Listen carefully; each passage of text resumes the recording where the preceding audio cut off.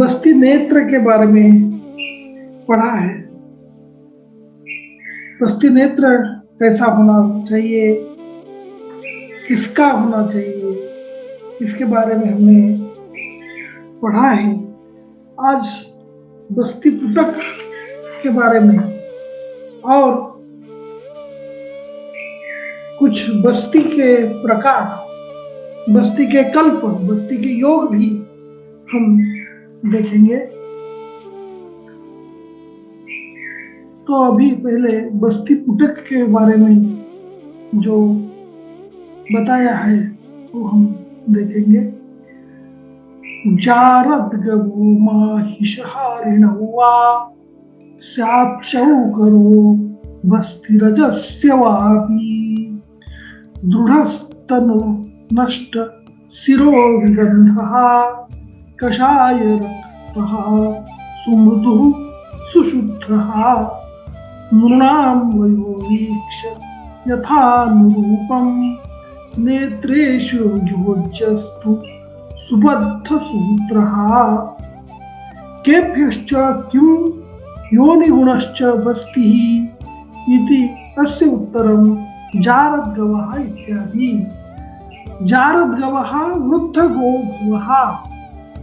जारद्गव का मतलब है वृद्ध वृषभ, बैल जिसको बोलते हैं।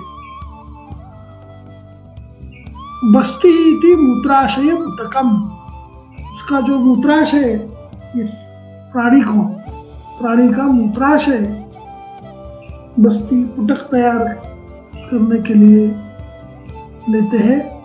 नष्ट सरेति समुद्धृत सिरा संतति,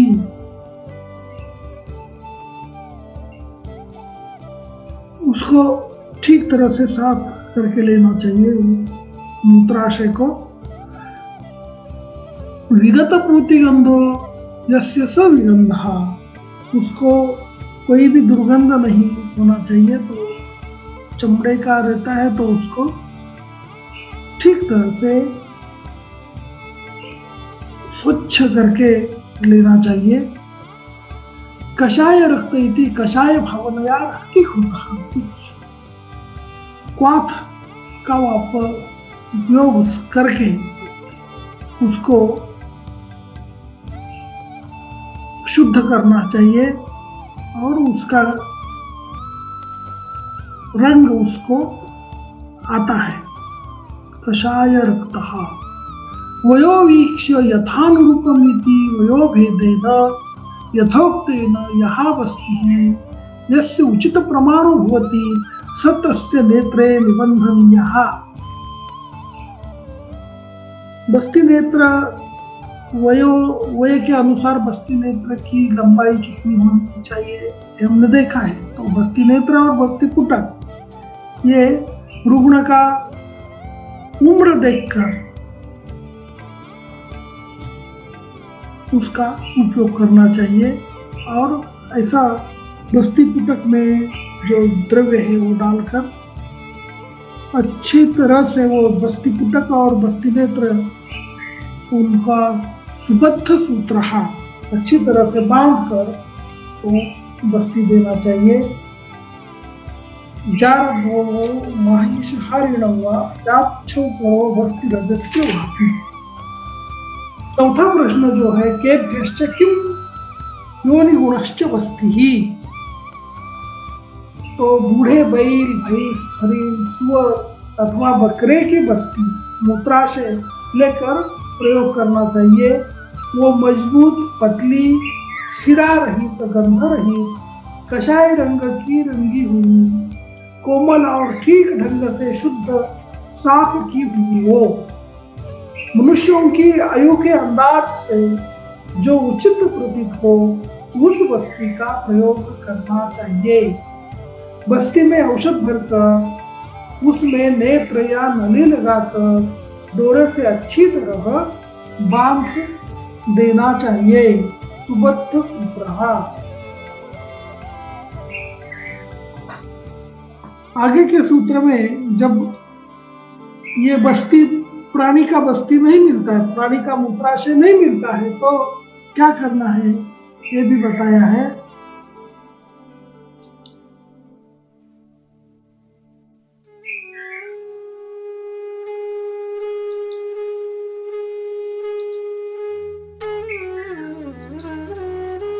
बसते हैं अलाभे प्लवजो गलो वा स्यादंक पादः सुगनुपटुवा। बस्ती अप्राप्त अनुकल्प विधिमाह बस्ते अलाभे इति प्लवज इति प्रसेकगतः पक्षिः प्लव इति ख्यातः अंकपादः चर्मचटकः तस्य चर्मं ग्राह्यं बस्त्यर्थम। तो जब प्राणी का मूत्राशय नहीं मिलता है तो चमड़ी का उपयोग करना चाहिए। जब पूर्वोक्त पशुओं की बस्ती न मिल पाए तो प्लव, बकरा या चमगादड़ के चमड़े से या मोटे कपड़े से बस्ती का निर्माण करना चाहिए। सुखनहा पटोवा, ऐसा कपड़ा जिससे वो जो उसमें भरा हुआ जो द्रव्य है वो बाहर नहीं आना चाहिए, ऐसा कपड़ा। अभी प्लास्टिक की बैग तथा रबर की बैग उसका भी प्रयोग करते हैं। अभी तो बस्ती फूटक के लिए वो जो प्लास्टिक का पात्र ही यूज करते हैं। तो जब पूर्वोक्त पशुओं की बस्ती न मिल पाए तो प्लव, बकरा या चमगादड़ के चमड़े से या मोटे कपड़े से बस्ती का निर्माण करना चाहिए। अभी बस्ती किसको देना है और ये जो प्रश्न है निरूह कल्प आस्थापनार्थं पुरुषं विधिज्ञः समीक्ष पुण्ये अनिशुक्ल पक्षीये प्रशस्त नक्षत्र मुहूर्त योगे जीर्णान्नमेकाग्रम उपक्रमेत। निरूहकल्पम इत्यादि प्रश्नस्य उत्तरम आस्थापनार्थम इत्यादि। शुक्ल पक्षे इति शुक्ल पक्षस्य सर्वारंभेषु प्रशस्तत्वात्। तो बस्ती का उपचार शुक्ल पक्ष में शुरू करना चाहिए। शुक्ल पक्षस्य सर्वारंभेषु प्रशस्तत्वात्। शुक्ल पक्ष में किसी का भी आरंभ करते हैं तो अच्छा होता है, इसलिए शुक्ल पक्ष में बस्ती की शुरुआत करनी चाहिए।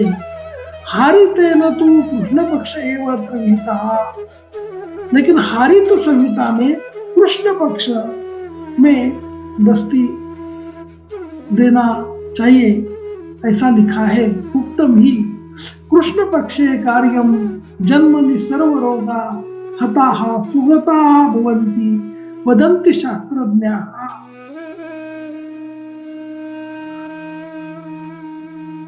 शुक्ल पक्षे देवा जाताः कृष्णे असुराश्च सर्वरोगाश्च तस्मात् रोगचिकित्सा कृष्णे सदैव कर्तव्या इति।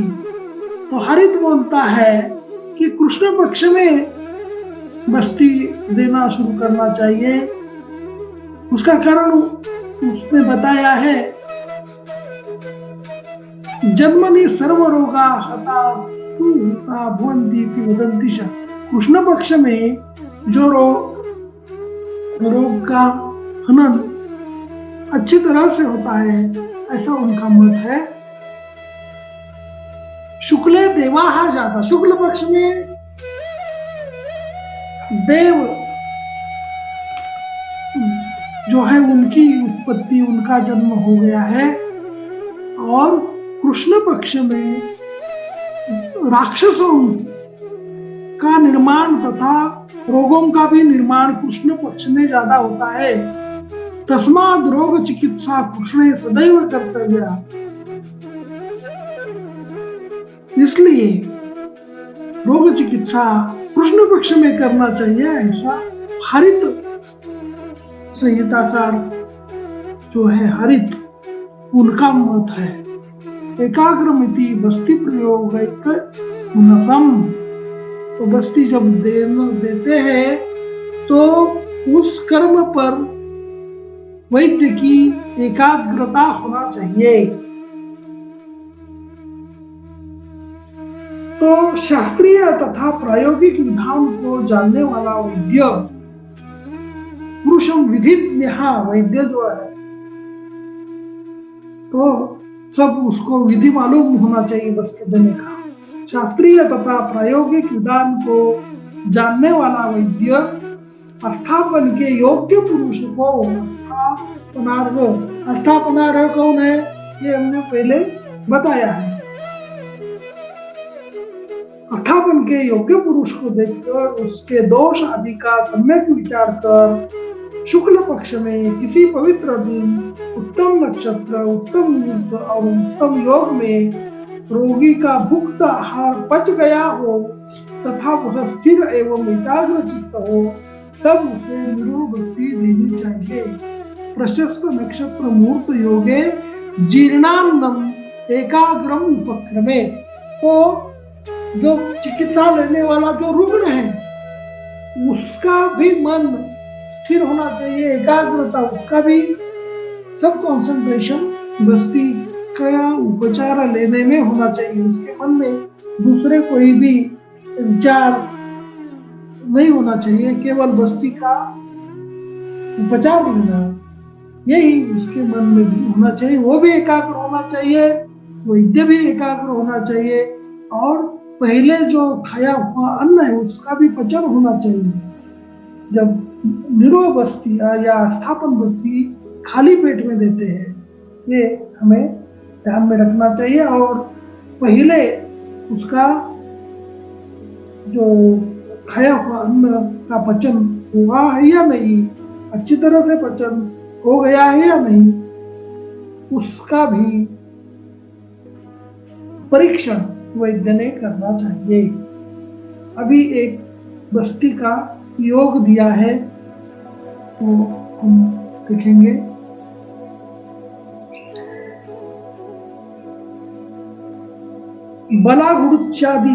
बलागुड़ुच्चादि बस्ती, बलादि निरूह बस्ती और उसका प्रयोग। बलाम गुरुचिन बलाम सरास्नाम द्वे पंचमूले चपलोन्मितानि अष्टौ फलान्यर्धतुलां च महसा छागात् पचेदत् चतुर्थशेषं पूतं यवानी फलबिल्वपुष्ठ वचाश्च तापा घनपिप्पलीनां कल्कैर्गुडक्षौद्रहृतैस्तैलैर्युतं सुकोष्णैस्तु पिचुप्रमाणैः गुडात्पलं विप्रसुतां तु मात्रां स्नेहस्य युक्त्या मधुसैन्द्रवं च प्रक्षिप्य बस्तौ मथितं खजेन सुबद्धमुच्छ्वास्य च निर्वलीकम् अंगुष्ठमध्येन मुखं पिधाय नेत्राग्रसंस्थां पनीयवर्तिं तैलाक्तगात्रं कृतमूत्रविट्कं नातिक्षुधार्थं शयने मनुष्यं समेतवेशन्नतशीर्षके वा नात्युच्यते स्वास्तरणोपपन्ये सव्येन पार्श्वेन सुखं शयानं कृत्वर्जुदेहं स्वभुजोपधानं संकोच्य सर्वेतरदस्य शक्ति वामं प्रसार्य प्रणयेत ततस्तं स्निग्धे गुदे नेत्रचतुर्थभागं स्निग्धं शनैरुज्ज्वलं पृष्ठवंशम् अकम्पनावेपनलाघवादीन्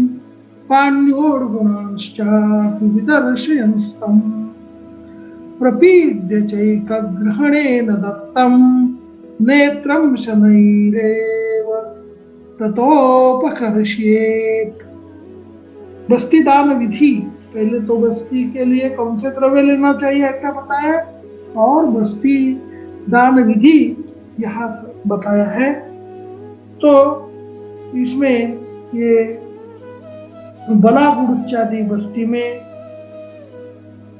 बला को बरियार भी हिंदी में कहते हैं, तो बला और बरियार, गुरुची, निर्बीज आंवला, हरा भेड़ा, रासनाद, दोनों पंचमूल, इनमें से प्रत्येक एक एक पर मदन फल गिनती में 8, बकरे का मांस आधी तुला लेकर कूटकर सभी द्रव्यों के संयुक्त वजन से चौगुने जल में काढ़ा बनाए और चौथाई बचे तो छान ले।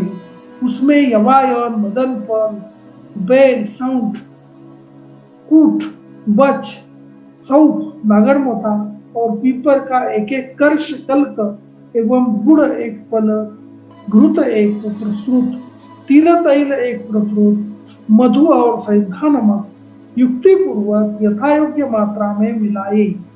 इन सबको किसी पात्र में रखकर मथानी से ठीक से मथकर बस्ती यंत्र में रखे। फिर बस्ती के साथ नेत्र के मूल को अच्छी तरह बांध दे और बस्ती को दबाकर उसकी सिकुड़न को मिटा दे तथा 2-4 बूंद औषध बाहर निकाल दे और अंगूठे से नेत्र के मुख को बंद रखे ताकि बस्ती में वायु का प्रवेश न हो।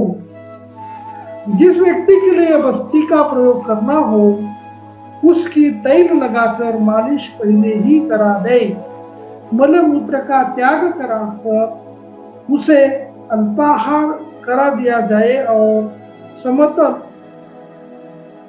तो यहाँ जब बहुत भूखा भी नहीं रहना चाहिए, इसलिए अल्प आहार, अल्प द्रव आहार दे सकते हैं, ऐसा यहाँ बताया है।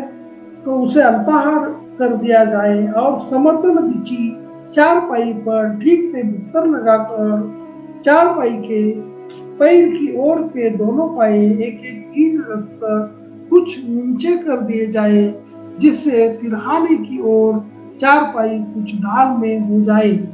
फिर रोगी को बाई करवट शरीर को सीधा करके और बाह का ही तकिया लगाकर सो जाए।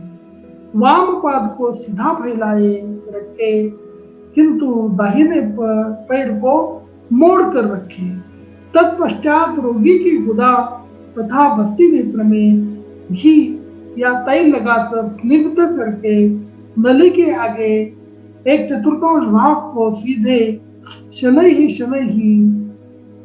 पृष्ठवंश की ओर गुदा में प्रवेश कराए।